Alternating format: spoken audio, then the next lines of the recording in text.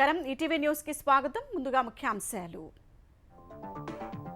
Job calendar ప్రకటించిన తెలంగాణ సర్కార్ వచ్చే అక్టోబర్లో మరోసారి గ్రూప్ 1 నోటిఫికేషన్ 2025 ఫిబ్రవరిలో ప్రిలిమ్స్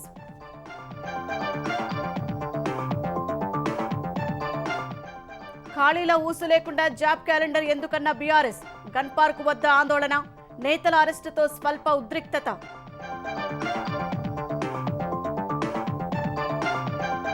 ధరణి పోర్టల్తో మాయమైన భూములను అర్హులకు అప్పగిస్తామన్న సర్కార్ నూతన ఆర్ఓఆర్ చట్టంపై ప్రజాభిప్రాయ సేకరణ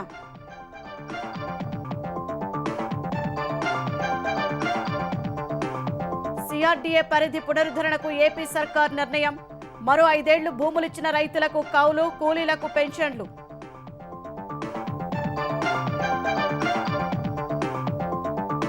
అమరావతిలో పర్యటించిన ఐఐటీ హైదరాబాద్ నిపుణుల బృందం ఐకానిక్ భవనాలు ఇతర సామర్థ్యంపై అధ్యయనం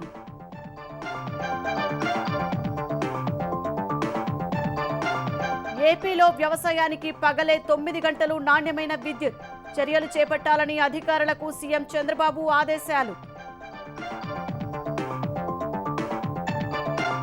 అంతర్జాతీయ ప్రతికూలతలతో నష్టాల్లోకి స్టాక్ మార్కెట్లు ఒక్కరోజే 885 పాయింట్లు తగ్గిన సెన్సెక్స్ 4.46 లక్షల కోట్ల సంపద ఆవిరి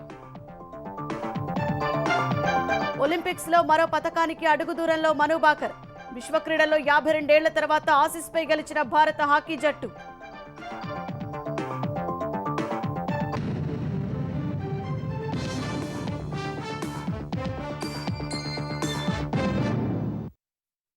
తెలంగాణ ప్రభుత్వం జాబ్ క్యాలెండర్ విడుదల చేసింది.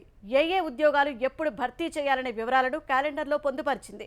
ఏ ఉద్యోగాలకు ఎప్పుడు నోటిఫికేషన్ ఇస్తారు, ఎప్పుడు పరీక్ష నిర్వహిస్తారు, ఏ ఏజెన్సీ నిర్వహిస్తుంది, ఆయా ఉద్యోగాలకు అర్హతలతో క్యాలెండర్ విడుదల చేసింది.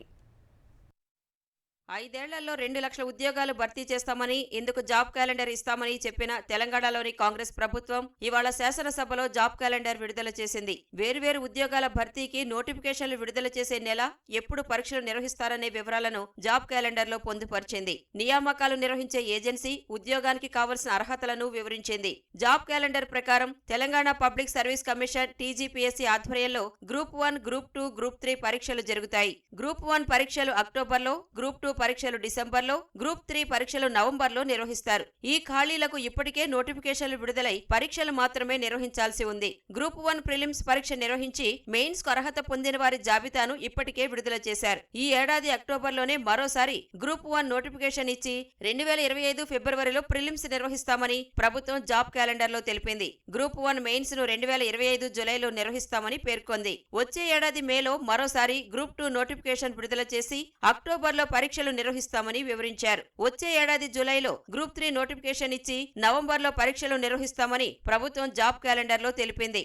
వైద్య ఆరోగ్య కుటుంబ సంక్షేమ శాఖ ఆధ్వర్యంలో ల్యాబ్ టెక్నీషియన్, నర్సింగ్ ఆఫీసర్ నియామకాల కోసం సెప్టెంబర్ నెలలో నోటిఫికేషన్ ఇచ్చి నవంబర్లో పరీక్షలు నిర్వహిస్తామని వివరించింది. ట్రాన్స్కోలో వివిధ ఇంజనీరింగ్ ఉద్యోగాల భర్తీకి అక్టోబర్లో నోటిఫికేషన్ ఇచ్చి వచ్చే ఏడాది జనవరిలో నియామక పరీక్ష నిర్వహిస్తామని తెలిపింది. వివిధ శాఖల్లోని ఇంజనీరింగ్ ఉద్యోగాల కోసం అక్టోబర్లో నోటిఫికేషన్ విడుదల చేసి వచ్చే ఏడాది జనవరిలో పరీక్షలు నిర్వహించనున్నట్టు పేర్కొంది. వివిధ శాఖల్లో గెజిటెడ్ ఉద్యోగాల కోసం వచ్చే ఏడాది జనవరిలో నోటిఫికేషన్ ఇచ్చి ఏప్రిల్లో పరీక్షలు నిర్వహిస్తామని వివరించింది. ఫారెస్ట్ బీట్ ఆఫీసర్ ఉద్యోగాలకు వచ్చే ఏడాది ఫిబ్రవరిలో నోటిఫికేషన్ విడుదల చేసి మే నెలలో పరీక్షలు పెడతామని తెలిపింది.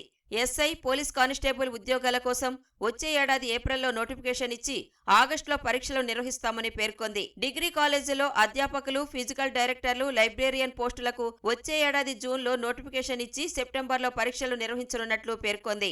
నవంబర్లో టెట్ నోటిఫికేషన్ విడుదల చేసి వచ్చే ఏడాది జనవరిలో నిర్వహిస్తామని తెలిపింది. వచ్చే ఏడాది ఫిబ్రవరిలో డిఎస్సి నోటిఫికేషన్ ఇచ్చి ఏప్రిల్లో పరీక్షలు నిర్వహిస్తామని పేర్కొంది. ప్రతి ఏడాది 2 సార్లు టెట్ నిర్వహిస్తామని హామీ ఇచ్చిన సర్కార్ 2025 ఏప్రిల్లో మరోసారి నోటిఫికేషన్ ఇచ్చి జూన్లో పరీక్షలు నిర్వహిస్తామని తెలిపింది. సింగరేణిలో పలు ఉద్యోగాల కోసం 2025 జూలైలో నోటిఫికేషన్ ఇచ్చి నవంబర్లో పరీక్షలు పెడతామని ప్రభుత్వం జాబ్ క్యాలెండర్లో వివరించింది. జాబ్ క్యాలెండర్లో ఉద్యోగాల సంఖ్య ప్రకటించకుండా కాంగ్రెస్ ప్రభుత్వం నిరుద్యోగులను మోసం చేసిందని బీఆర్ఎస్ కార్యనిర్వాహక అధ్యక్షుడు కేటీఆర్ మండిపడ్డారు.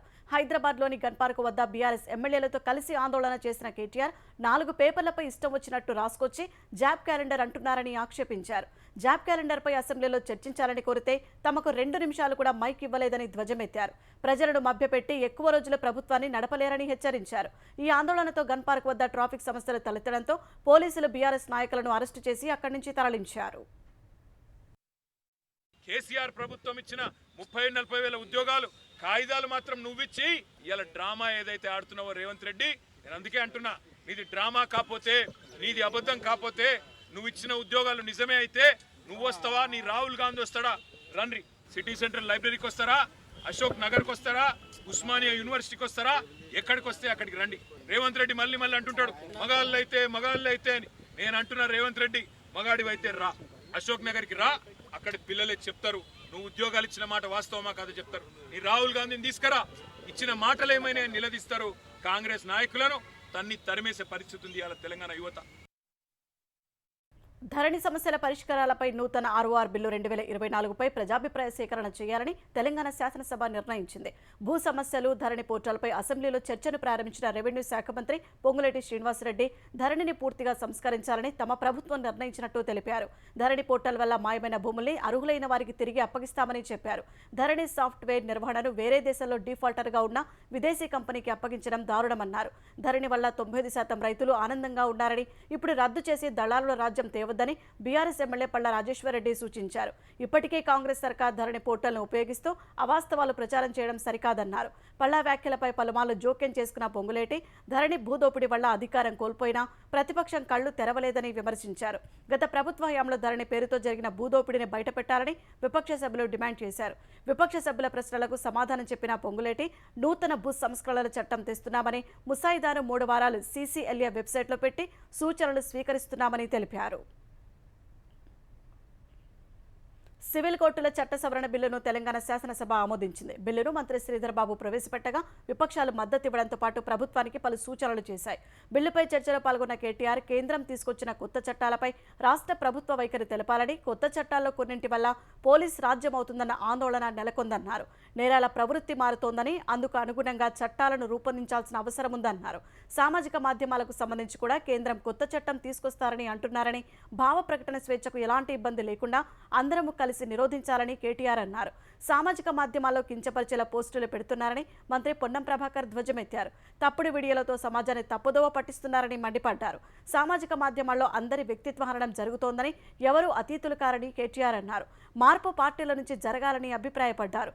మొన్న అసెంబ్లీలో జరిగిన వీడియోలు సభ్య సమాజం తలదించుకునేలా ఉందని స్పీకర్ ప్రసాద్ కుమార్ ఆగ్రహం వ్యక్తం చేశారు. ఇది దుర్మార్గపు చర్య అని, ఇలాంటి వాటిని ఉపేక్షించేది లేదని స్పీకర్ స్పష్టం చేశారు. తెలంగాణలో త్వరలో క్రీడా పాలసీని తీసుకువస్తామని సీఎం రేవంత్ రెడ్డి శాసనసభలో ప్రకటించారు. బాక్సర్ నిఖత్ జరీన్, క్రికెటర్ సిరాజ్లకు గ్రూప్ 1 ఉద్యోగం ఇచ్చేందుకు ఉద్దేశించిన సవరణ బిల్లుపై వివిధ పార్టీలకు చెందిన సభ్యులు క్రీడా పాలసీపై ప్రభుత్వానికి పలు సూచనలు, సలహాలు ఇచ్చారు. వివిధ రాష్ట్రాల పాలసీలు అధ్యయనం చేస్తున్నామని చెప్పిన రేవంత్ రెడ్డి హర్యానాలో అత్యధికంగా క్రీడాకారులను ప్రోత్సహిస్తున్నట్లు తెలిపారు. వచ్చే అసెంబ్లీ సమావేశాల క్రీడా పాలసీని సభలో ప్రవేశపెడతామని వెల్లడించారు. ప్రభుత్వం తెస్తామన్న క్రీడా పాలసీకి తాము మద్దతిస్తామని బీఆర్ఎస్ ఎమ్మెల్యే కేటీఆర్ అన్నారు. సలహాలు, సూచనలు కూడా ఇస్తామని చెప్పారు. తెలుగు విశ్వవిద్యాలయానికి సురవరం ప్రతాప్ రెడ్డి పేరు పెట్టాలని కేటీఆర్ కోరారు. అన్ని రాజకీయ పక్షాలు ఒప్పుకుంటే సురవరం పేరు పెట్టేందుకు తమకు ఎలాంటి అభ్యంతరం లేదని సీఎం స్పష్టం చేశారు. అన్ని రాజకీయ పార్టీల మద్దతుతో సవరణ బిల్లుకు ఆమోదం లభించింది. తెలంగాణ రాష్ట్రంలో కంప్లీట్గా స్పోర్ట్స్ పాలసీని తీసుకురాదలుచుకున్నాము. మండలానికి ఒక మంచి మినీ స్టేడియంను నిర్మిస్తే నిజంగానే ఉపయోగం ఉంటుంది. కాకపోతే ఈరోజు తెలంగాణలో భూముల విలువ అత్యధికంగా పెరిగిపోయి ప్రభుత్వ భూములు కబ్జాలకు లోనయ్యి చాలా ప్రాంతాలలో లేవు.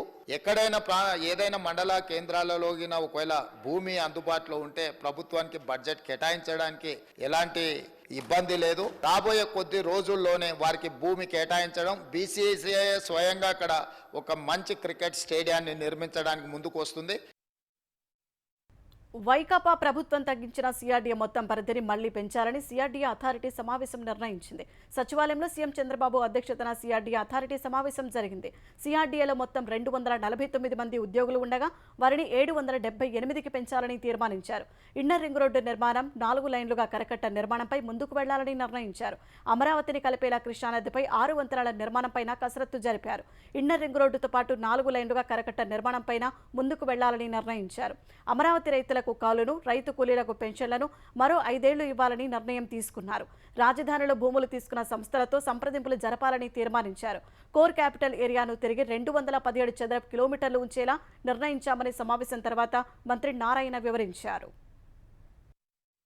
సిఆర్డీలో ఉండే క్యాపిటల్ సిటీ 217 చదరపు కిలోమీటర్లని ఆ రోజు ఫైనలైజ్ చేసి దానికి తగ్గట్టుగా ట్రంక్ ఇన్ఫ్రాస్ట్రక్చర్ మొత్తం డిజైన్ చేశాం. అయితే ఇందులో గత ప్రభుత్వం 4 గ్రామాలను తీసేసి మంగళగిరి మున్సిపల్ కార్పొరేషన్ కలిపింది. అయితే ఈరోజు అథారిటీ 217 చదరపు కిలోమీటర్లతో క్యాపిటల్ సిటీని చేయమని యాక్చువల్గా ఆదేశించడం జరిగింది. సింగపూర్ గవర్నమెంట్తో వాళ్ళు సీడ్ క్యాపిటల్ కట్టేటట్టుగా ఆ రోజు అగ్రిమెంట్ అయ్యాం. దాన్ని గత ప్రభుత్వం క్యాన్సిల్ చేసింది. దానివల్ల ఆ గవర్నమెంట్తో యాక్చువల్గా డిస్కస్ చేయమని యాక్చువల్గా ఈరోజు అథారిటీ ఇన్స్ట్రక్షన్ ఇచ్చింది. రాజధాని అమరావతిలోని ఎమ్మెల్యే, ఎమ్మెల్సీ భవనాల పటిష్టత, సామర్థ్యం నిర్ధారణకు మరికొంత సమయం పడుతుందని ఐఐటీ హైదరాబాద్ నిపుణుల బృందం తెలిపింది. అమరావతిలోని భవనాలను పరిశీలించిన ఐఐటీ ప్రొఫెసర్లు భవనాల ప్రస్తుత స్థితి, నిలిచి ఉన్న వర్షపు నీటి ప్రభావం, నిర్మాణ సామాగ్రి తాజా స్థితి అంచనా వేయాల్సి ఉంటుందన్నారు. సాంకేతికంగా వాటిని పూర్తిగా పరిశీలించాక ప్రభుత్వానికి నివేదిక సమర్పిస్తామని చెప్పారు. ప్రతి అంశాన్ని కూలంకుషంగా పరిశీలన చేసి తదుపరి నివేదిక ఇస్తామన్నారు. నిర్మితమైన భవనాల వద్ద టెక్నికల్ ఇన్వెస్టిగేషన్ చేస్తామన్నారు. సామాగ్రిని కూడా పరీక్ష చేయాల్సి ఉందన్నారు. నివేదికకు ఎంతకాలం పడుతుందన్నది ఇప్పుడే స్పష్టంగా చెప్పలేమని, సాధ్యమైనంత త్వరగా సిఆర్డీఏకు ప్రభుత్వానికి నివేదిక సమర్పిస్తామని వివరించారు. I think we are going to be here for a few days. We'll look around, we'll prepare a plan, we'll be testing material where required. We'll do a proper technical finding, proper technical investigation of different aspects related to the building stability, and we'll be submitting our report to APCRDA. సంక్షేమ పథకాలు అందించడమే కాదని వాటి ఫలితాలు స్పష్టంగా కనిపించేలా మహిళా శిశు సంక్షేమ శాఖ పనితీరు ఉండాలని ముఖ్యమంత్రి చంద్రబాబు స్పష్టం చేశారు. సచివాలయంలో మహిళా శిశు సంక్షేమ శాఖపై సమీక్ష నిర్వహించిన ఆయన మహిళలు అంగన్వాడీ కేంద్రాల్లో చిన్నారుల కోసం అమలవుతున్న కార్యక్రమాలను తెలుసుకున్నారు. అంగన్వాడీ కేంద్రాలు, మహిళా సాధికారత, మాతా శిశు మరణాలు, మిషన్ వాత్సల్య కింద చేపట్టే చైల్డ్ ప్రొటెక్షన్ కార్యక్రమాలపై ఆరా తీశారు. గర్భిణీలు, బాలింతలకు అమలవుతున్న పథకాలు, పిల్లలకు అందించే పౌష్టికార పథకాలపై సమీక్ష నిర్వహించారు. 2014లో ప్రవేశపెట్టిన బాలామృతం, అమృతహస్తం, గోరుముద్ద, గిరి గోరుముద్ద, బాల సంజీవని పథకాల స్థితిగతులను తెలుసుకున్నారు. కేంద్ర నిధులు, రాష్ట్ర ప్రభుత్వ నిధులతో అంగన్వాడీ కేంద్రాల్లో మౌలిక సదుపాయాల కల్పనపై దృష్టి పెట్టాలని అధికారులకు సూచించారు. రాష్ట్రంలో వీలైనన్ని ఉమెన్ హాస్టళ్లు అందుబాటులోకి తేవాలని ఆదేశించారు. ఏడాదిలోనే ఫలితాలు సాధించే లక్ష్యంతో ప్రణాళిక ప్రకారం పనిచేయాలన్నారు. ఈ మేరకు మహిళా శిశు సంక్షేమ శాఖలో సమగ్ర ప్రణాళిక, సమూల మార్పులు తీసుకురావాలని సూచించారు. ఆంధ్రప్రదేశ్లో అక్టోబర్ 1 నుంచి నూతన ఎక్సైజ్ విధానాన్ని అమలు చేయాలని నిర్ణయించిన కూటమి సర్కార్ కొత్త విధానం రూపకల్పనపై కసరత్తు ప్రారంభించింది. ఈ మేరకు నూతన విధానం రూపకల్పనపై వివిధ రాష్ట్రాల్లో అధ్యయనం చేయాలని నిర్ణయించింది. 6 రాష్ట్రాల్లో అధ్యయనం కోసం అధికారులతో కూడిన 4 బృందాలు ఏర్పాటు చేసింది. ఒక్కో బృందంలో 3 చొప్పున అధికారులు ఉండగా ఈ బృందాలు రాజస్థాన్, ఉత్తరప్రదేశ్, కర్ణాటక, తెలంగాణ, తమిళనాడు, కేరళలో అధ్యయనం చేయనున్నాయి. ఆయా రాష్ట్రాల్లో ఎక్సైజ్ పాలసీ, షాపులు, బార్లు, ధరలు, మద్యం కొనుగోళ్లు, నాణ్యత, చెల్లింపుల విధానం, డిజిటల్ పేమెంట్పై ఈ బృందాలు అధ్యయనం చేస్తాయి. Track and trace, de addiction సెంటర్ల నిర్వహణపై కూడా దృష్టి సారిస్తాయి. అన్ని అంశాలను పరిశీలించి ఈ నెల 12లోపు ప్రభుత్వానికి నివేదికలను సమర్పించనున్నాయి. వ్యవసాయానికి పగటిపూటే 9 గంటల పాటు నాణ్యమైన విద్యుత్తు అందించేందుకు చర్యలు తీసుకోవాలని సీఎం చంద్రబాబు ఇంధన శాఖ అధికారులను ఆదేశించారు. అందుకు అనుగుణంగా ఆయా ఫీడర్ల సామర్థ్యాన్ని మెరుగుపరచడంతో పాటు ప్రత్యేక ఫీడర్లను ఏర్పాటు చేయాలని సూచించారు. సచివాలయంలో విద్యుత్ శాఖపై ఆయన సమీక్ష నిర్వహించారు. డిమాండ్కు తగ్గ విద్యుత్ ఉత్పత్తి, సరఫరా, తక్కువ ఖర్చుతో విద్యుత్ ఉత్పత్తికి అవసరమైన పరిస్థితులను మరింత మెరుగుపరిచేందుకు చర్యలు తీసుకోవాలని ఆదేశించారు. సోలార్ విద్యుత్ ఉత్పత్తికి అధిక ప్రాధాన్యతను ఇవ్వాల్సి ఉందని, ఆ దిశగా ప్రణాళికలతో రావాలని అధికారులను ఆదేశించారు. విద్యుత్ ఉత్పత్తికి సంబంధించి కేంద్ర ప్రభుత్వం అందించే వివిధ రకాల సబ్సిడీలను పూర్తి స్థాయిలో సద్వినియోగం చేసుకునేలా ప్రణాళిక రూపొందించాలన్నారు. బ్యాటరీ ఎనర్జీ స్టోరేజ్ విధానంపై ప్రణాళికలు రూపొందించాలని ఆదేశించారు. రైతులకు తక్షణమే రాయితీపై బిందు సేద్యం పరికరాలు అందించాలని ఆంధ్రప్రదేశ్ వ్యవసాయ మంత్రి అచ్చెన్నాయుడు ఆదేశించారు. సచివాలయంలో రాయితీపై బిందు సేద్యం పరికరాల పంపిణీపై సమీక్షించిన మంత్రి ఇందుకు తక్షణమే రిజిస్ట్రేషన్ ప్రారంభించాలని ఆదేశించారు. గత వైసీపీ ప్రభుత్వం బిందు సేద్యం రాయితీలో 1,167 కోట్ల బకాయి పెట్టిందని ఆరోపించారు. జగన్ ప్రభుత్వ నిర్లక్ష్యంతో ఏపీలో బిందు సేద్యం నిర్వీర్యమైందన్న మంత్రి కేంద్రం బిందు సేద్యాన్ని ప్రోత్సహించేందుకు నాబార్డు ద్వారా ఇచ్చే నిధులను కూడా జగన్ సర్కార్ సద్వినియోగం చేసుకోలేదని తెలిపారు. రైతుల పట్ల వైసీపీ ప్రభుత్వం కక్షపూరిత ధోరణి అవలంబించిందని మండిపడ్డారు. ఎన్డీఏ ప్రభుత్వం రైతులకు, రైతు శ్రేయస్సుకు అత్యధిక ప్రాధాన్యత ఇస్తోందని మంత్రి తెలిపారు. గన్నవరంలోని తెలుగుదేశం కార్యాలయంపై దాడి కేసులో నిందితుల కోసం పోలీసుల వేట కొనసాగుతోంది. మాజీ ఎమ్మెల్యే వల్లభనేని వంశీ కోసం హైదరాబాద్లో 3 బృందాలతో పోలీసులు గాలించారు. ఈ కేసులో A71గా ఉన్న వంశీని అదుపులోకి తీసుకుని విచారణ జరిపితే దాడికి సంబంధించిన మరిన్ని విషయాలు వెలుగులోకి వస్తాయని పోలీసులు భావిస్తున్నారు. హైదరాబాద్లో వల్లభనేని వంశీ నివాస ప్రాంతాన్ని పరిశీలించగా అక్కడ ఎవరూ లేకపోవడంతో పోలీసులు వెనుదిరిగారు. ఈ క్రమంలోనే వంశీ అనుచరుడు కేసులో A38గా ఉన్న రమేష్ని గురువారం రాత్రి అరెస్ట్ చేశారు. ఇవాళ కోర్టులో హాజరుపరచగా న్యాయమూర్తి 14 రోజుల రిమాండ్ విధించారు. ప్రధాన అనుచరుడు ఈ కేసులో A23గా ఉన్న యూసఫ్ పఠాన్ను మధ్యాహ్నం అరెస్టు చేసిన పోలీసులు శనివారం కోర్టులో హాజరుపరచనున్నారు. మాజీ సీఎం జగన్ను కలవడానికి పలు జిల్లాల నుంచి వచ్చిన వైసీపీ కార్యకర్తలకు చేదు అనుభవం ఎదురైంది. సమస్యలతో వచ్చిన వారిని జగన్ స్వయంగా కలిసి ఆర్థిక సాయం చేస్తారంటూ వైసీపీ చేసిన ప్రచారంతో పెద్ద సంఖ్యలో కార్యకర్తలు తాడేపల్లి నివాసానికి వచ్చారు. అయితే ఎవరిని లోపలకు అనుమతించని జగన్ వ్యక్తిగత భద్రతా సిబ్బంది కొందరు కార్యకర్తల సెల్ ఫోన్లు విసిరేయడం సహా వారిని ఇంటి నుంచి దూరంగా నెట్టేశారు. ఈ పరిణామంతో తీవ్ర ఆగ్రహానికి గురైన కార్యకర్తలు ఇలా చేయడం వల్లే ఓడిపోయారని వ్యాఖ్యానిస్తూ తాడేపల్లి ప్యాలెస్ నుంచి వెళ్లిపోయారు. తెలంగాణ భవిష్యత్తు ఉపాధ్యాయుల చేతిలో ఉందని సీఎం రేవంత్ రెడ్డి అన్నారు. ఇటీవల పదోన్నతులు పొందిన ఉపాధ్యాయులతో ఎల్బీ స్టేడియంలో సీఎం ముఖాముఖి నిర్వహించారు.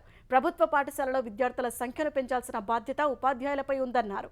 తల్లిదండ్రులు, పిల్లలు ప్రైవేటు బడిలో చదువుకోవటం తమ గౌరవంగా భావిస్తున్నారన్న సీఎం, అయితే కార్పొరేట్ పాఠశాలల విద్యార్థులే అధికంగా డ్రగ్స్, గంజాయి వంటి మహమ్మారులకు బానిసలవుతున్నారని తెలిపారు.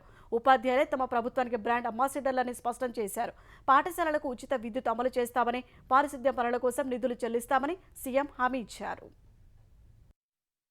మనమందరం ఒక ప్రతిజ్ఞ తీసుకోవాలి. పోయిన సంవత్సరానికంటే ఈ సంవత్సరం ప్రభుత్వ పాఠశాలల్లో 2 లక్షల మంది విద్యార్థులు తక్కువ చేరికలు జరిగినాయి. దీన్ని మనం విశ్లేషించుకోవాలి. మన పిల్లలు ప్రభుత్వ పాఠశాలకు వెళ్ళడం ఆత్మ గౌరవం అని గ్రామాలలో ఉన్న తల్లిదండ్రులు భావించాలి.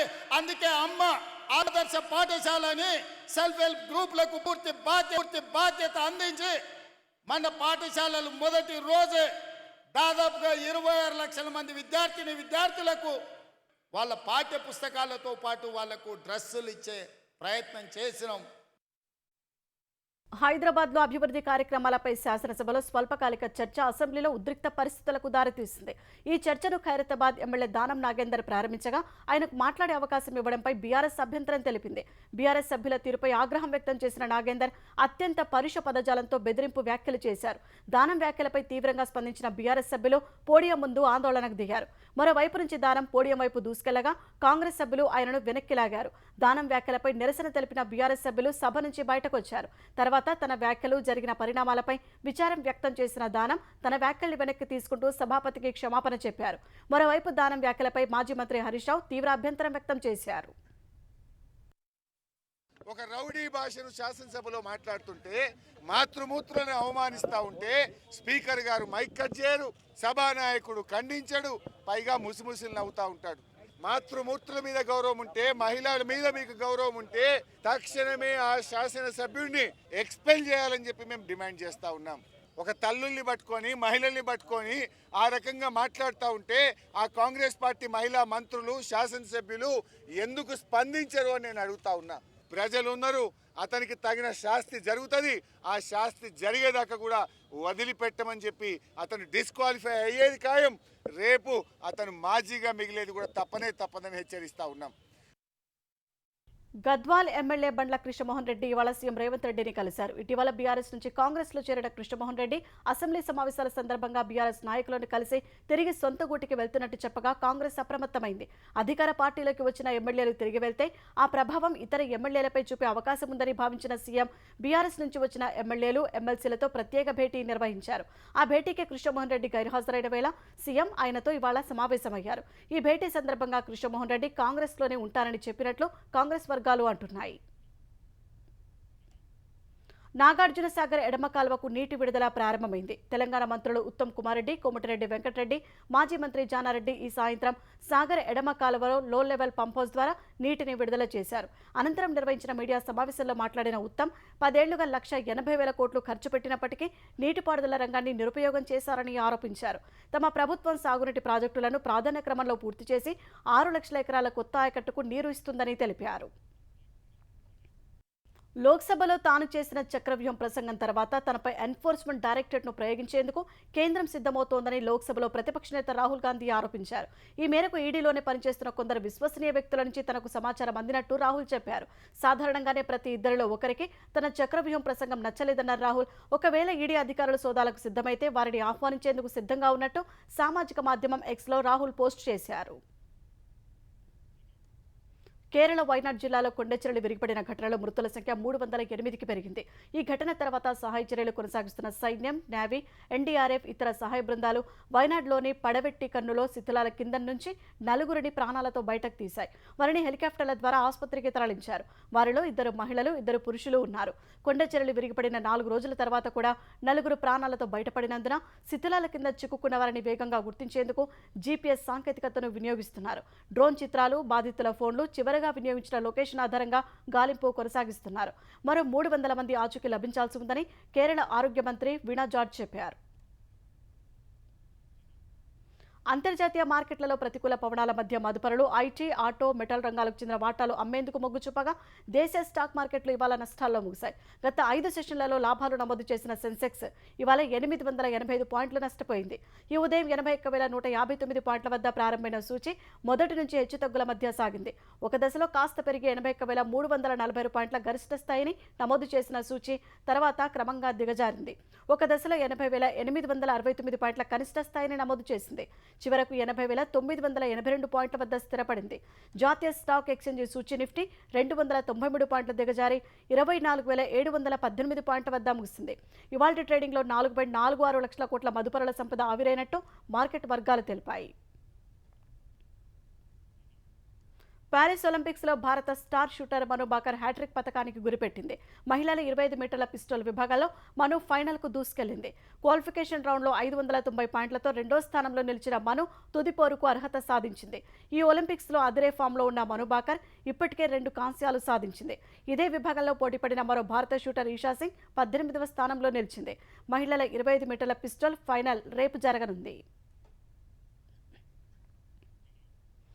ప్యారిస్ ఒలింపిక్స్లో భారత పురుషుల హాకీ జట్టు గ్రూప్ దశను విజయంతో ముగించింది. పూల్ బిలో భాగంగా జరిగిన మ్యాచ్లో పటిష్ట ఆస్ట్రేలియాపై భారత్ 3-2 గోల్స్ తేడాతో జయభేరి మోగించింది.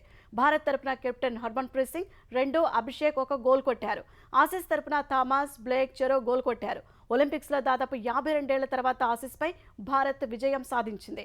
1972 ఒలింపిక్స్లో 3-1 తేడాతో గెలిచిన భారత్ అప్పుడు కాంస్యం గెలిచింది. పూల్ బి నుంచి Bharat, Belgium, Aussies quarter final చేరాయి.